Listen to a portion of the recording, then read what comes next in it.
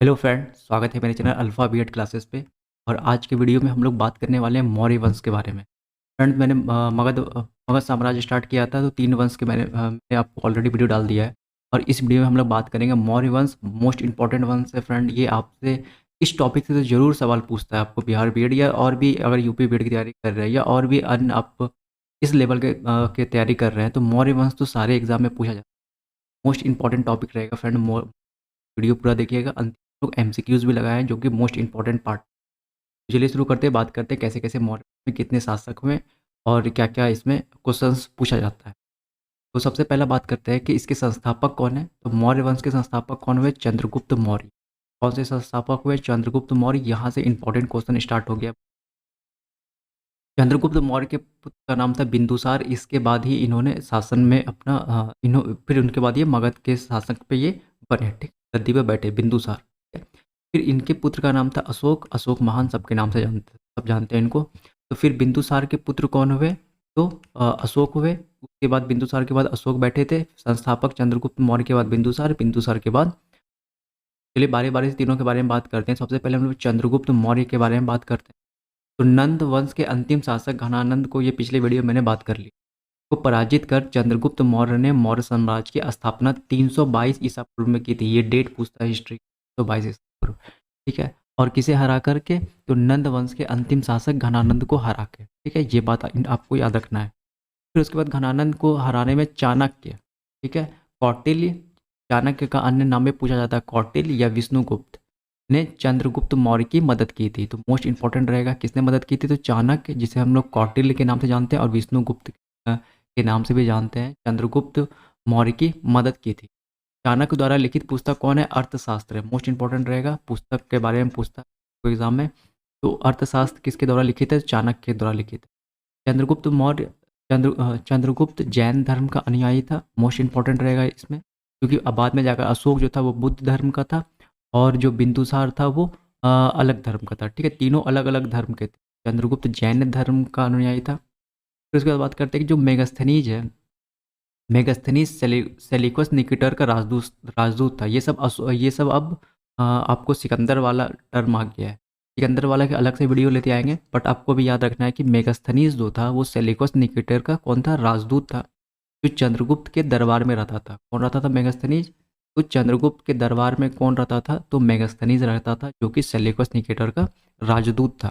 देखो, मेगास्थनीज द्वारा लिखित पुस्तक कौन है? इंडिका। यहाँ से भी ये पुस्तक का नाम पूछा जाता है कि मेगास्थनीज द्वारा कौन सी पुस्तक लिखी गई है? तो इंडिका। चंद्रगुप्त मौर्य की मृत्यु कहाँ हुई थी? श्रवणबेलगोला, एक जैन धर्म का प्रसिद्ध स्थल है। किसका स्थल है? जैन धर्म का प्रसिद्ध स्थल है श्रवणबेलगोला। ये आपको कर्नाटक में पड़ता है। ये मैंने जैन धर्म वाले वीडियो में बता दिया, ठीक है। तो याद रखना कि मेगास्थनीज जो था वो चंद्रगुप्त के दरबार में रहता था, जिसने इंडिका पुस्तक लिखी है। और चाणक्य द्वारा लिखित पुस्तक का क्या नाम है? अर्थशास्त्र है। और चंद्रगुप्त मौर्य जैन धर्म का अनुयायी था। आगे बढ़ते हैं। जो सेकंड शासक आया था बिंदुसार। बिंदुसार को अमित्रघात के नाम से जाना जाता है। मोस्ट इंपॉर्टेंट सवाल रहेगा ये। अमित्रघात के नाम से निम्नलिखित में किसको जाना जाता है? तो बिंदुसार को जाना जाता है। देखो, अमित्रघात के नाम से बिंदुसार जाना जाता है, जिसका मतलब होता है शत्रु का विनाशक। का मतलब क्या होता है? शत्रु का विनाशक। ये आजीवक संप्रदाय के अनुयायी थे। याद रखना कौन से संप्रदाय के? तो आजीवक संप्रदाय के अनुयायी थे। फिर उसके बाद आता है, बस ये 3 बात, इसमें 2 बात याद रखना है बिंदुसार में। इसे शत्रु का विनाशक मतलब मित्रघात कहा जाता है, और ये आजीवक संप्रदाय के अनुयायी नहीं थे। फिर उसके बाद बात करते हैं अशोक के बारे में। मोस्ट इंपॉर्टेंट रहेगा ये भी। देखो, बिंदुसार का उत्तराधिकारी अशोक हुआ, और बिंदुसार का ये पुत्र था। 269 ईसा पूर्व में ये मगध की राजगद्दी पे बैठा। ये डेट अब याद रखना है, क्योंकि इससे डेट भी बहुत ज़्यादा पूछा जाता है। का डेट ये भी याद रखना है कि 261 पूर्व कलिंग पर आक्रमण कर कलिंग को जीता। इसको जीता? कलिंग को जीता। इस युद्ध के बाद अशोक ने बौद्ध धर्म अपना लिया। मोस्ट इंपॉर्टेंट रहेगा, पूछा जाता है कि इस युद्ध के बाद जो अशोक का हृदय परिवर्तन हो गया? तो कलिंग युद्ध के बाद। और कब लड़ा गया था कलिंग युद्ध? तो 261 ईस्वी में कलिंग युद्ध के बाद अशोक ने क्या किया था? बौद्ध धर्म। देखो यहाँ बौद्ध धर्म। फिर इसका जो पिता था वो आजीवक संप्रदाय का था। और फिर उसके बाद चंद्रगुप्त मौर्य जैन धर्म। तीनों अलग अलग धर्म से, तीनों को याद रखना। फिर इस ये बात नाम याद रखना इनका, उपगुप्त नामक बौद्ध भिक्षु ने अशोक को दीक्षा दी थी। पूछा जाता है कि ये जो थे अशोक के गुरु का क्या नाम है? तो उपगुप्त। तो उपगुप्त। फिर अशोक ने आजीविकों, देखो ये बात बहुत इंपॉर्टेंट है, यहाँ पर प्रश्न पूछा जाता है। अशोक ने आजीविकों को रहने हेतु बराबर की पहाड़ियों में 4 गुफाओं का निर्माण करवाया था। ये बराबर की पहाड़ियाँ कहाँ हैं? बिहार में। ठीक है, इसीलिए आपको याद रखना है इस बात। कौन सी पहाड़ी?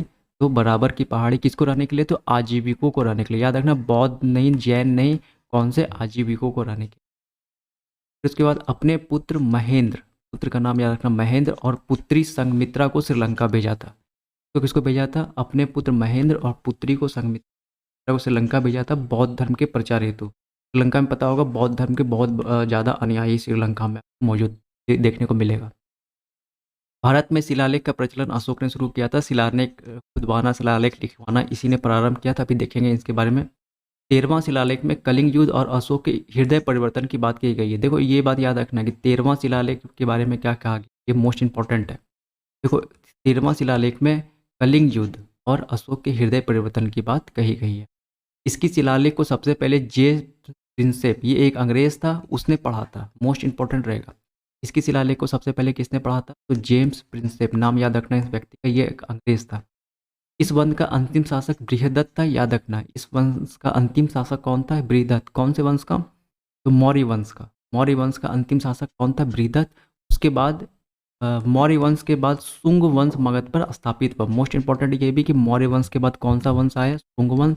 मौर्य वंश के पहले कौन सा वंश था? तो नंद वंश। ये तीनों बात आपको याद। शुंग वंश सबके बारे में छोटा छोटा वंश था, इस सब के बारे में बाद में बात। ब्राह्मण वंश कहा जाता है ये सब, उसके बाद थोड़ा बहुत इन सब के बारे में हम लोग बात करें। मौर्य वंश के बाद शुंग वंश, और मौर्य वंश का अंतिम शासक बृहदत्त था। मोस्ट इंपॉर्टेंट रहेगा ये सब सवाल आपके लिए एग्जाम के लिए बहुत इंपॉर्टेंट।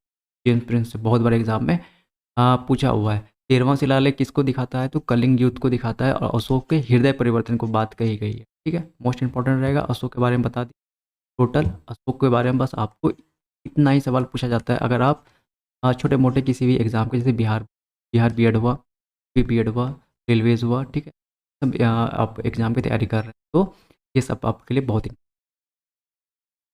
उसके बाद हम लोग अब मोस्ट इंपॉर्टेंट बात करते हैं अपने एमसीक्यू सेक्शन की ओर। तो चाणक्य का नाम क्या था? तो बताए थे क्या नाम था? विष्णुगुप्त। क्या नाम था? विष्णुगुप्त। निम्नलिखित में से वो कौन व्यक्ति था जिसका नाम देवान प्रियदर्शी था? मोस्ट इंपॉर्टेंट रहेगा। देखो अशोक का नाम क्या है? कि देवान प्रियदर्शी है। क्या नाम है अशोक का? अशोक को क्या कहते हैं हम लोग? देवान प्रियदर्शी कहते हैं। इतने बार इस निम्नलिखित में से प्राचीनतम राजवंश कौन सा है? सबसे प्राचीनतम राजवंश कौन सा है? तो मौर्य वंश है। नाम याद रखना, मौर्य वंश। कौटिल्य, चाणक्य किसका प्रधानमंत्री था? का प्रधानमंत्री? चंद्रगुप्त मौर्य।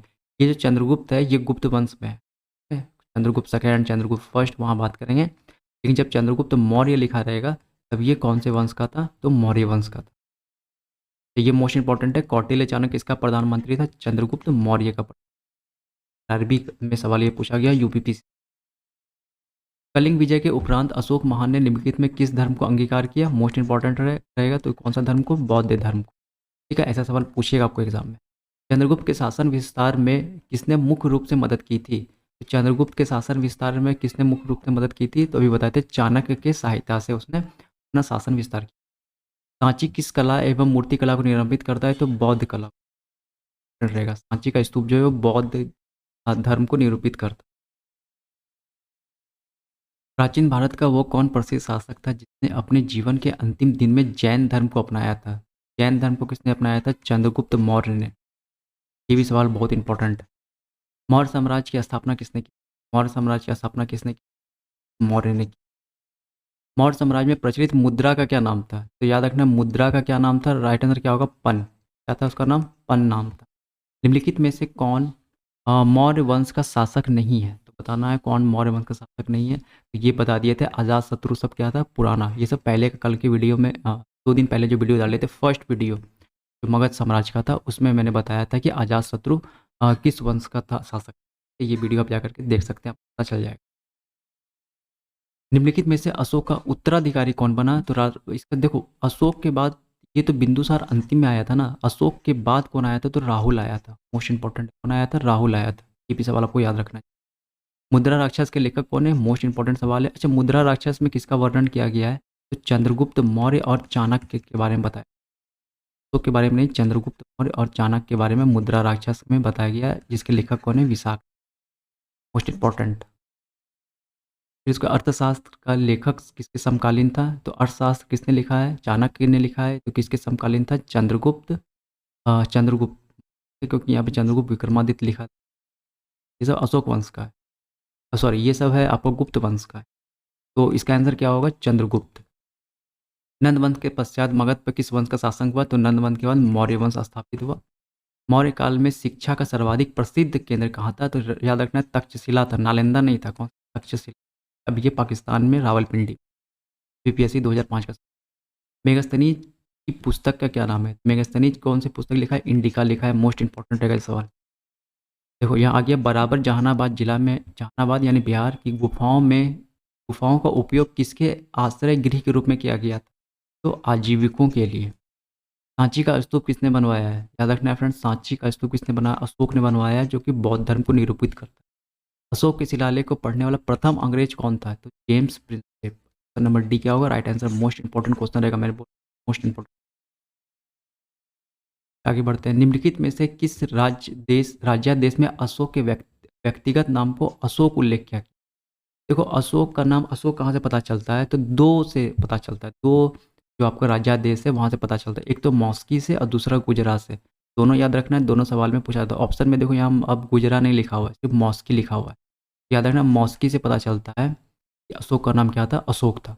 अशोक ने श्रीलंका में बौद्ध धर्म प्रचार हेतु किसको भेजा? तो पुत्र महेंद्र को और पुत्री संघमित्रा को, यानी ऑप्शन सी जो हो जाएगा राइट आंसर, दोनों को भेजा था। ठीक है, तो इस वीडियो में इतना ही। देखो खत्म हो गया टोटल एमसीक्यूज, जितना मैंने एमसीक्यूज इंपॉर्टेंट था वो बता दिया। एक मॉस्की भी याद रखना है, एक गुजराती नाम याद रखना है। तो दोनों में अशोक का नाम अशोक बताया गया, तो यहाँ भी ऑप्शन में मॉस्की है, तो मॉस्की सही होगा। ठीक है, तो इस वीडियो में इतना ही। मोस्ट इंपॉर्टेंट वीडियो था ये अशोक। नेक्स्ट वीडियो संविधान पे आएगा, ठीक है, वो भी वीडियो आप देख सकते हैं। मोस्ट इंपॉर्टेंट रहेगा वो भी आपके। एंड इस वीडियो में